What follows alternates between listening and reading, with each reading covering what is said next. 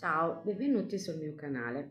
Questo è il primo video di una serie di video che vi porteranno in viaggio verso le tradizioni, gli usi e costumi della mia terra, la Sardegna.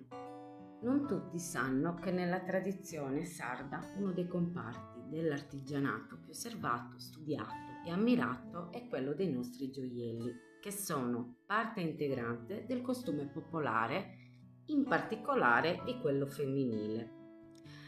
Parliamo del costume della festa e ne parliamo in generale, visto che in Sardegna i costumi cambiano di paese in paese. Oggi iniziamo il viaggio che ci porterà a scoprire la bellezza e cosa rappresentavano i nostri gioielli che ci accompagnano ormai da secoli. Dovete sapere che per tradizione sia l'abbigliamento che i gioielli venivano tramandati di generazione in generazione. Infatti, in passato erano parte della dote. Il gioiello non era solo un vezzo o qualcosa per abbellire, ma veniva usato anche come codice e segno di riconoscimento. Infatti da lì, in base ai gioielli che si indossavano, si poteva risalire al ceto di appartenenza della famiglia.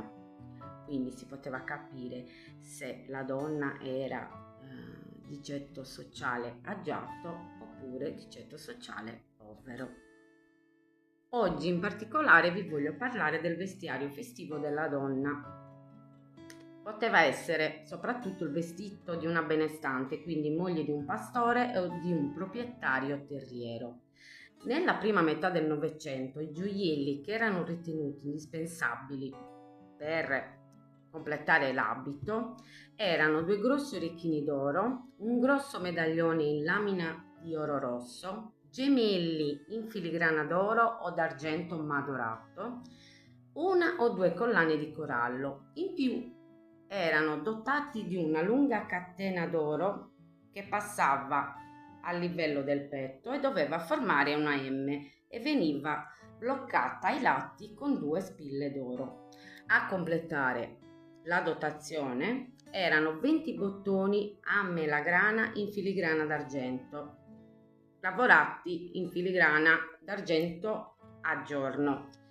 Questi servivano per chiudere le maniche del giubbetto. In più c'erano alcuni anelli che avevano una lamina dove venivano incise le iniziali.